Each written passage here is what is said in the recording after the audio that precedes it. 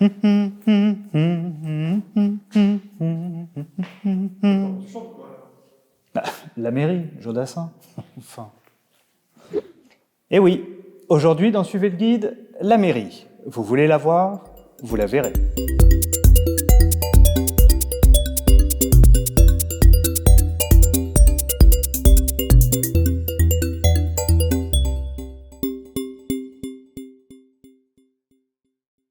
La mairie est un lieu essentiel dans une ville, et comme pour beaucoup de Montivillians, il y a toujours une bonne raison de s'y rendre.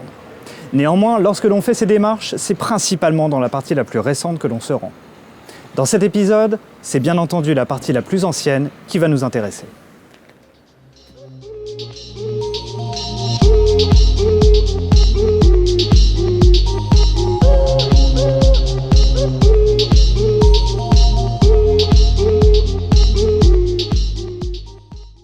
L'histoire de la maison de ville remonte au XVe siècle. En effet, durant la période de la guerre de Cent Ans, il est fait mention de l'implantation d'une maison de ville. Même si nous n'avons que peu de renseignements sur cette dernière, nous savons qu'elle se trouvait sensiblement à l'endroit de notre actuelle mairie. En revanche, un incendie va la détruire entièrement en 1715. Bien entendu, elle sera reconstruite, là encore, au même endroit. Ce sera donc cette deuxième version qui va connaître la Révolution.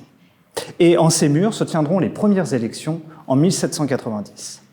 D'ailleurs, durant cette période, l'appellation va changer en maison commune, puis hôtel de ville, appellation qui est toujours valable de nos jours.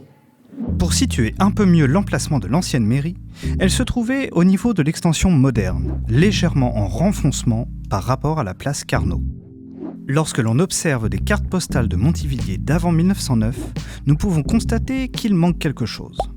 Nos yeux sont en effet habitués à notre mairie avec son clocheton, que l'on ne voit pas sur ses clichés. Mais au final, elle date de quand cette mairie ? Au mois de décembre 1909, on doit faire place nette autour de l'ancien hôtel de ville, pour le grand chantier de février 1910, la construction du nouvel hôtel de ville. Le chantier comporte la destruction de maisons adjacentes à l'ancienne mairie, ainsi que l'abattage de quelques arbres sur la place de l'église. Le projet déposé par l'architecte William Cargill sera retenu au conseil municipal le 5 mai 1909. Une justification par rapport à ce projet ? Il est bien mentionné que l'emploi du style Louis XII mêlant pierre blanche, briques et silex noir taillé rappelle les grandes heures florissantes de notre cité et fera bonne figure en face de notre bonne vieille église. Il est vrai que la symétrie fonctionne parfaitement. Et d'ailleurs, beaucoup de personnes qui viennent visiter notre patrimoine sont persuadées que la mairie est bien plus ancienne, alors que la première pierre fut posée par Albert le Carpentier le 23 mars 1910. Merci. Merci beaucoup. Merci à tous.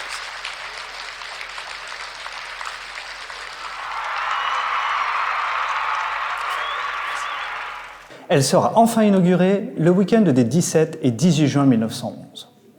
Le programme prévoyait pour la soirée du 17 une grande retraite au flambeau. Et la matinée du 18 devait commencer par un concours musical. Un banquet immense donné à la salle des fêtes devait impérativement s'achever à 15h, heure à laquelle on allait enfin hisser le drapeau sur notre nouvelle mairie.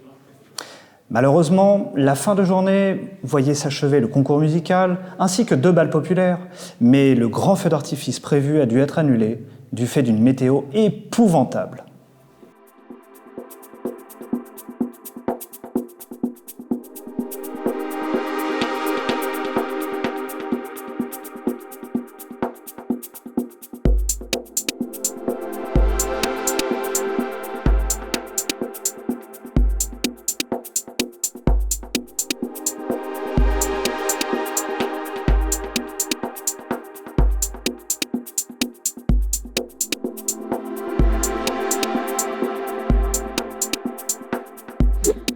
La salle des mariages est certainement la salle la plus connue des Montivillians, car c'est ici qu'on y célèbre les mariages, mais également d'autres réceptions ou cérémonies.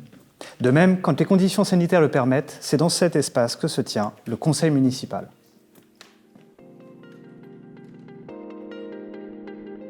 Cette salle est montivillonne jusque dans les moindres détails. Sur le fronton de la cheminée, on découvre les armoiries de la ville. On retrouve d'ailleurs ces dernières sur le dossier du fauteuil du maire, entouré d'épis et de fruits pour symboliser la prospérité souhaitée pour la ville. Ces détails peuvent sembler anodins, mais lorsque l'on sait qu'ils ont été voulus dès la construction de la nouvelle mairie, on comprend que William Cargill a autant réfléchi l'intérieur que l'extérieur. Mais la mairie recèle également de pièces inconnues du public. Nous nous trouvons dans le sous-sol où sont archivés les documents dits récents, c'est-à-dire d'après 1945. Bien entendu, pour les livres et les documents les plus anciens, ces derniers se trouvent dans le fonds patrimonial, à la bibliothèque. Pendant logique à l'église, la mairie possède elle aussi un campanile, prolongeant ainsi la toiture déjà fortement inclinée.